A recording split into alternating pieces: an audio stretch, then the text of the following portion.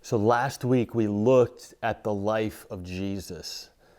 And this week now we are leaning into his death and his resurrection.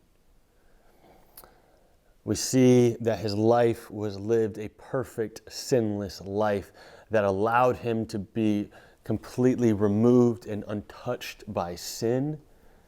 And now he's about ready to enter into that. We come to this scene at the cross, this scene that was foretold in Genesis chapter 3, that he will bruise his heel, but I will crush his head. In Genesis 6, the great rescue from the flood of the sin in our lives. The ultimate sacrifice that takes our place, the ultimate fulfillment of the promise and of the law, the deliverer not just from a country, but from sin altogether. He is the final judge, the final and rightful king in the fulfillment of what the prophets had prophesied.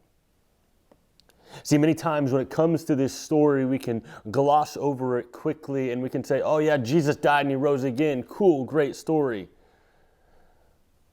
But there's much more to it. Because we've heard it so many times, we can just get caught up and wrapped up in this idea that everybody just kind of knows.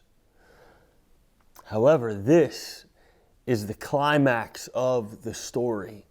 This is the great battle scene, the epic center to it all. And you see, all heaven and earth are leaning in to this moment. Why? Because it's at this moment in time, this moment in history, this moment in the story, that we're going to find out if God, if the Creator, the one who led this people group called the Israelites for all of these generations, really is who he says he is. Is he really as powerful as he says he is? Can he really display it in the way that he has led up to this point? Can he really come through in a way that he said he would? The thousands of years of build-up to this moment all come down to this. Is God really who he says he is? And can he do what he says he's going to do? And we see, if you'll imagine with me, a man walking down a road carrying his cross, beaten beyond recognition. Because he is so weak, he can't even make it all the way, so they have to pull somebody out of the crowd to carry his cross the rest of the way for him. His body was stripped down. His arms and his body was stretched out. And nails are hammered into his hands and to his feet.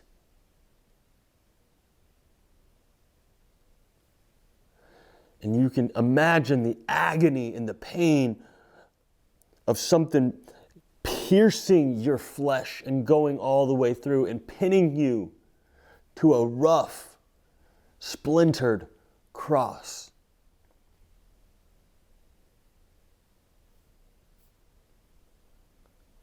His clothes were then auctioned off and gambled over. He was lifted up on that cross that he was attached to, and the cross then jolted down into a hole so it could be propped up, and the pain and the agony of what that would be on your hands and feet, because you're not holding on, but yet you're pinched in.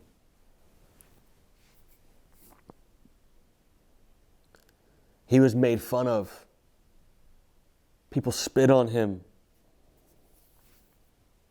Some of the disciples were there, and they must have been wondering, is this how it really ends? We followed this guy for 3 years. Is this really the end? We've seen him walk on water. What's going on?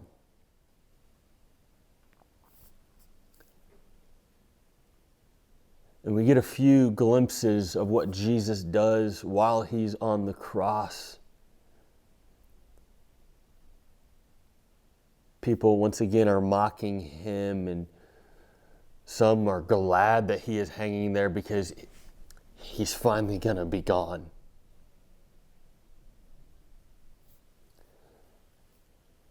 And he looks out,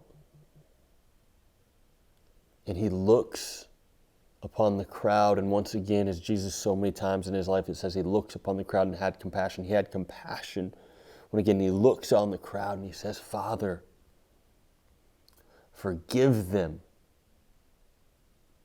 for they don't know what they do. And you see the heart of Jesus. It wasn't a heart of, look what I'm doing for you, you should appreciate me, but it was a heart of compassion, saying, God, forgive them, for they don't know what they do. And then he cries out, my God, why have you forsaken me?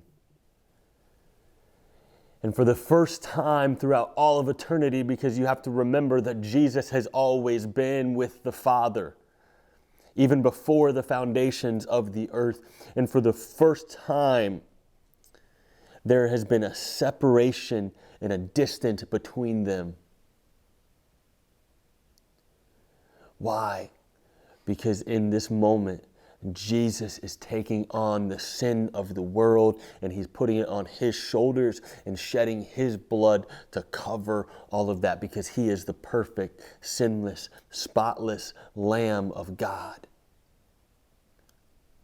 And he is the only one that can make a sufficient enough sacrifice.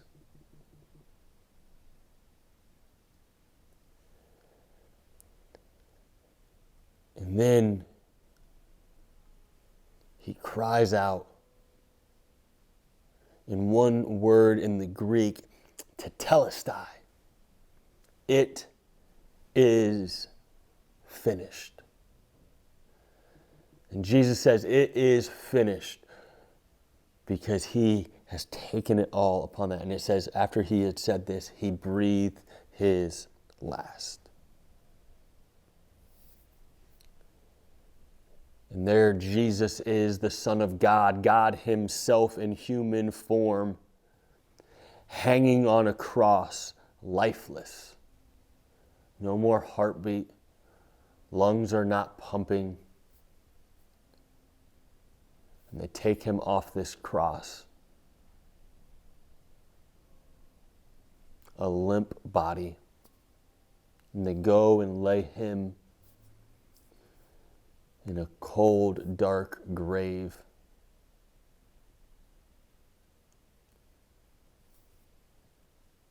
And there he lays for 3 days.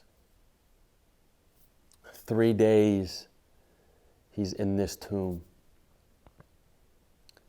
People are probably thinking, that's it. We got to go back to our normal lives.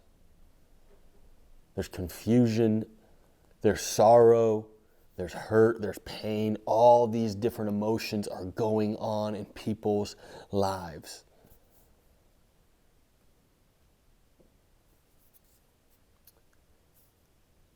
But then, on that third day, the power of God is on full display. And Jesus does not stay dead, but his heart starts beating. His lungs fill with air once again. And he has come back to life, proving that he is God, proving that he is who he said he is, proving that he is more powerful than death itself.